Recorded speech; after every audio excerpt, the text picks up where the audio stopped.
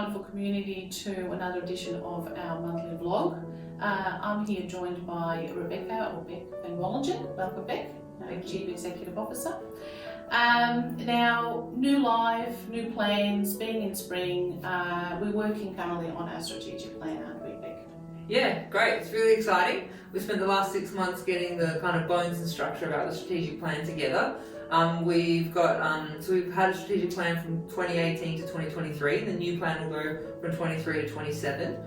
We're currently out at public consultation, so we've had some good sessions in the street and at the golf club. We had people about. There's also a survey online, so please, we would love your feedback.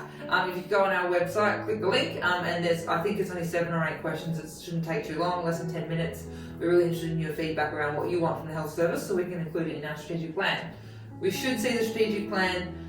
We should have finalised it in the next couple of months, but it is an election year and our plans have to go through government, and so it's likely that our plan won't be approved until next year, which is completely fine because the plan won't change anything. It just slows the approval process. So you should see a nice big trumpeting of the strategic plan finalisation early next year.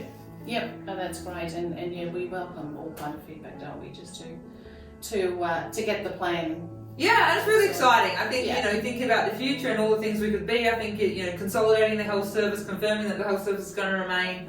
There's no fear about that, so that's wonderful news. It's just about how do we make it useful and better going forward. So I think it's great. Yeah, because we've got a wonderful service here. So yeah, yes,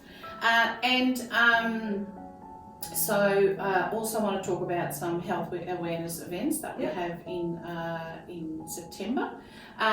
Women's Health Week. As a woman and as a nurse, you know how important it is, and they're highlighting only a few things: menopause and pelvic floor exercise and things like that. But it's a very important week to highlight, isn't it? Yeah, I think as women we kind of often put ourselves second to our families.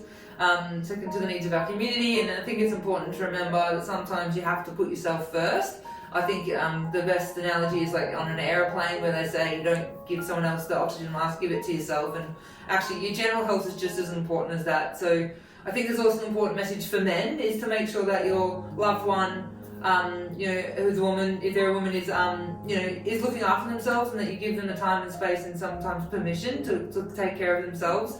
We know that actually women have poorer outcomes because they have less people supporting them to check on themselves in certain circumstances. So really, it's not just a message for women, it's a message for men to make sure the women in your life are looking after themselves and they have everything they need, some space and time to go and check and things. And so the Women's Health website is a really good place to go and check out some information. I'm sure it'll be here somewhere. If you could, men and women, if you could support women to look after themselves, that'd be incredible. Yeah, it's a joint effort, isn't it? Yeah, I think so. Yeah. And mental health, always very important, and at any time of day. But Are You OK Day just highlights that important message of looking out for each other and your family and your friends and everything.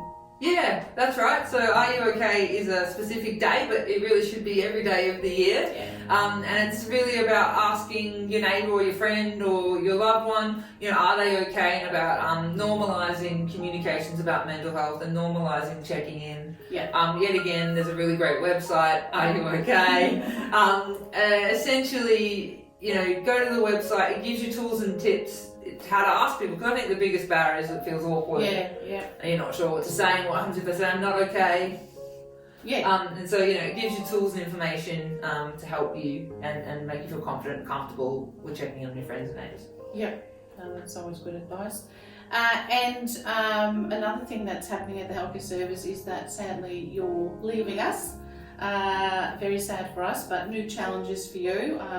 You've guided us through floods and pandemics and fires and cyber attacks and everything. We're very grateful for that. But it's time for a new challenge, I guess, for you. Yeah, that's right. I mean, yes, I'm changing roles. I'm moving to Safer Care Victoria, which is just like a statewide body for clinical safety within health services. So it's an exciting opportunity for me. I'm really looking forward to it, but I'd be remiss not to thank the organisation for having me and the community. It's been a really wonderful opportunity. I've learned a lot and grown a lot. I made a few mistakes along the way, but nothing too drastic, and so thank you for your patience in the process. But yeah, it's really just been a wonderful opportunity to serve the community that I live in.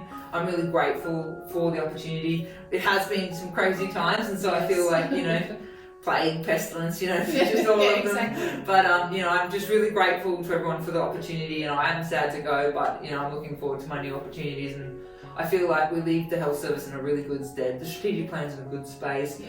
The systems are in a good space. We're getting over kind of some of the emergency space of COVID, so I feel like it's a great time to leave, and you know, I'm really comfortable with the team that we have here and their ability to lead without me here. So yeah, so thank you so much for having me. I look forward to seeing you around town. I'm not going anywhere too far, and please come and say hello to me, and yeah, it'll be great. I can even see you patrolling the beach during summer At the surf club. as a surf club. That's because you're right. a volunteer Yeah. at the surf club. No, thank you. We're very grateful for you as well, for all that you've done, and we'll definitely miss you. And we're very grateful for our community as well.